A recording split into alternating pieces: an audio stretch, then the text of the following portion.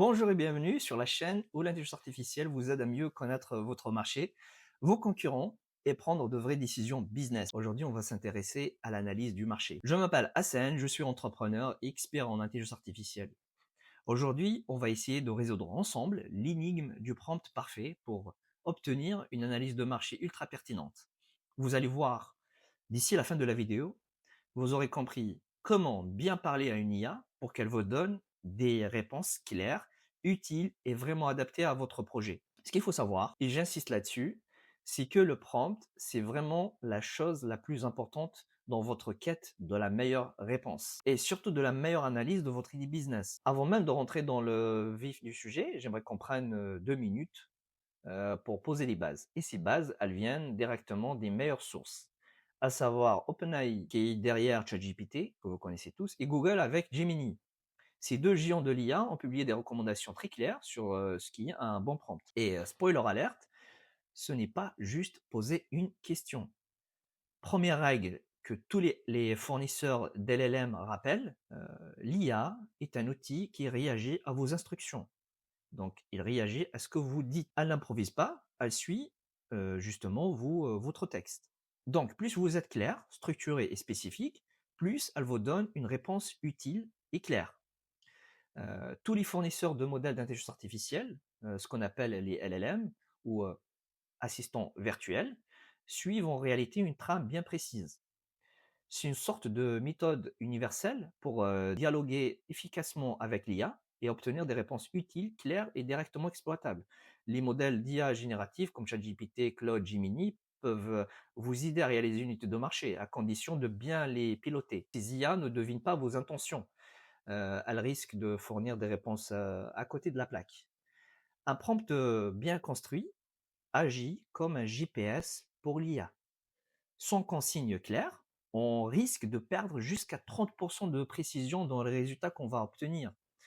Pour obtenir une analyse de marché pertinente, il est recommandé de structurer votre prompt en suivant les 4 étapes qu'on va présenter dans cette vidéo. Donc la première règle, c'est d'assigner un rôle précis à l'IA. Pour orienter l'IA vers le type de réponse souhaitée, assignez-lui un rôle ou une expertise spécifique. Indiquez clairement, par exemple, tu es un expert analyste, analyse de marché, ou agis en tant que consultant en stratégie spécialisé dans un secteur bien spécifique. Cette personnalisation incite le modèle à adopter le temps et les connaissances d'un spécialiste du domaine. Par exemple, on peut demander quelque chose de type agis comme un analyste du marché senior dans les secteurs alimentaires. Ceci donnera des conseils plus structurés et pointus qu'une requête générique. Le rôle joue en quelque sorte le personnage que l'IA va incarner. Analyste marketing, consultant en veille concurrentielle, expert sectoriel. En définissant ce rôle, vous cadrez son angle d'analyse et le niveau de détail attendu dans la réponse. L'IA utilisera alors le registre et les connaissances d'un expert, rendant son étude de marché simulée plus crédible et pertinente. Ensuite, le deuxième point, c'est d'introduire clairement le contexte. Commencez par décrire le contexte et les détails de votre projet de manière explicite. Indiquez par exemple le secteur d'activité, le type de projet ou l'entreprise, le marché visé et la zone géographique concernée. L'IA n'a aucun point de repère. Si vous ne lui en donnez pas, qui êtes-vous, quel est votre domaine, quelle est votre situation, sans ces informations, elle risque d'inventer des éléments par défaut et de fournir une réponse hors sujet, ce qu'on appelle des hallucinations. En précisant le contexte, vous fournissez les données nécessaires à une réponse ciblée. Par exemple, mentionnez startup fintech B2B en Europe, coffee shop avec touche japonaise à Paris, ou e-commerce de vêtements bio ciblant les 25-35 ans. Ceci permettra à l'IA d'adapter son analyse à votre cas. La précision du résultat s'en trouvera augmentée. Une entreprise a ainsi obtenu des réponses 2 fois plus pertinentes, simplement en détaillant le public et le produit concerné dans son prompt. Le troisième point, c'est de pouvoir formuler une problématique claire. Ensuite, poser une question précise ou énoncer clairement le problème à analyser. Or, l'intelligence artificielle suit les instructions au pied de la lettre, sans interprétation humaine. Une requête floue produira également des réponses à côté de la plaque. Identifiez ce que vous voulez savoir exactement. S'agit-il d'évaluer le potentiel du marché, d'identifier les concurrents et leur part de marché, de cerner le profil des clients cibles, formuler l'objectif en une phrase précise et éventuellement en plusieurs sous-questions si nécessaire. Par exemple, est-ce que le marché des applications de santé pour seniors est porteur en France en 2026? Quels sont les principaux concurrents? Quelle est la part du marché qu'ils détiennent? Ce type de formulation explicite la problématique centrale. Éviter les demandes générales de style parle-moi du marché. Préférez analyse dans quelle mesure le marché est en croissance et cite-moi les 5 acteurs majeurs du secteur en détaillant les points forts et les points faibles. Et enfin, définissez des contraintes et des critères pour cadrer la réponse de l'IA. Cela permet de limiter le champ et d'assurer que la réponse correspond bien à vos attentes en termes de format et de fiabilité. Sans directive de forme ou de périmètre, l'IA pourrait partir dans tous les sens. Par exemple, donner une réponse excessivement longue, trop générale ou inexploitable. Donc, prenez le temps de spécifier vos exigences. Vous pouvez, par exemple, préciser le format de réponse, demander liste à puces, un tableau comparatif entre deux concurrents, un rapport structuré par section ou bien tout autre format qui vous convient. Cela guide l'IA sur la présentation. Un format imposé la rendra plus facile à lire et à exploiter. Ce qui concerne la longueur et le niveau de détail que vous pouvez demander, indiquez si vous voulez une réponse synthétique, en quelques phrases ou en quelques paragraphes, ou au contraire, une analyse plus développée. Vous pouvez fixer la longueur approximative des mots à utiliser, enfin à recevoir, par rapport à la tonalité et le style. S'il s'agit d'une vidéo pédagogique, par exemple, vous pourriez exiger un ton pédagogique et accessible ou bien un style professionnel et factuel, si c'est un rapport, ton formel, neutre, style enthousiaste ou vulgarisé. Ensuite, une contrainte importante, c'est les sources et les données. Donc là, inciter l'IA à s'appuyer sur des sources fiables ou des données existantes.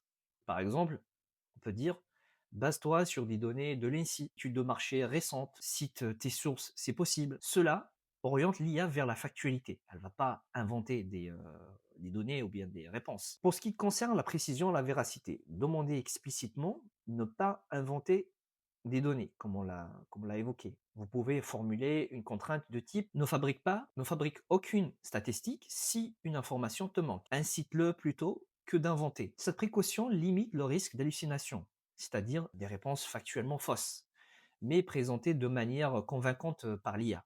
C'est ce qu'elle sait faire. On peut aller plus loin avec des interactions supplémentaires. Vous pouvez même instruire l'IA de vous poser des questions de clarification si elle n'a pas, si elle n'a pas assez d'éléments.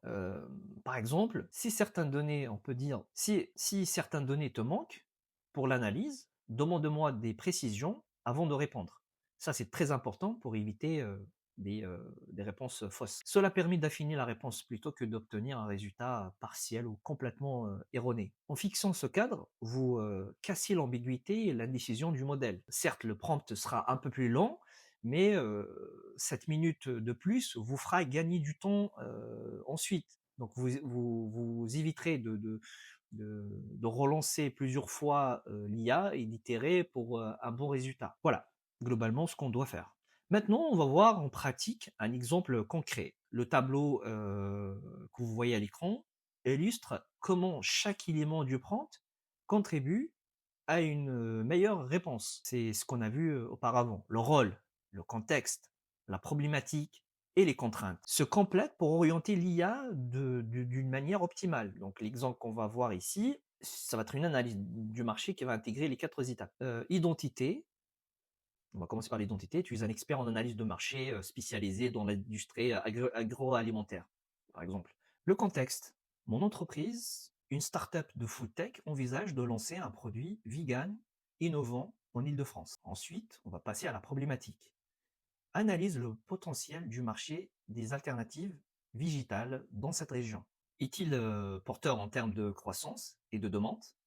Identifie également les principaux concurrents locaux et nationaux sur ce segment, en présentant leurs forces et faiblesses. Ensuite, on va passer aux contraintes. La réponse doit être présentée sous forme de rapport structuré avec des titres pour chaque aspect, taille de marché, opportunité, et inclure des listes à puces pour les faits ou chiffres clés. N'avance aucun chiffre non vérifié si une donnée manque. Précise qu'elle n'est pas disponible. Ce prompt complet introduit le contexte, le secteur, type d'entreprise, la localisation, assigne un rôle à l'IA, donc c'est un analyste de marché expert. Enfin, on a formulé une problématique claire, potentiel du marché et analyse des concurrents, et impose des contraintes de format de fiabilité. Un tel niveau de détail maximise les chances d'obtenir de l'IA une étude de marché cohérente, précise et exploitable. C'est exactement ce qu'on a vu jusqu'à présent. On va prendre quelques secondes pour exécuter et tester ce prompt et on verra le résultat. Après, bien sûr, si vous n'êtes toujours pas satisfait du résultat, itérez plusieurs fois pour fournir plus de contexte et bien cadrer le besoin, donc rajouter vos contraintes, etc., etc.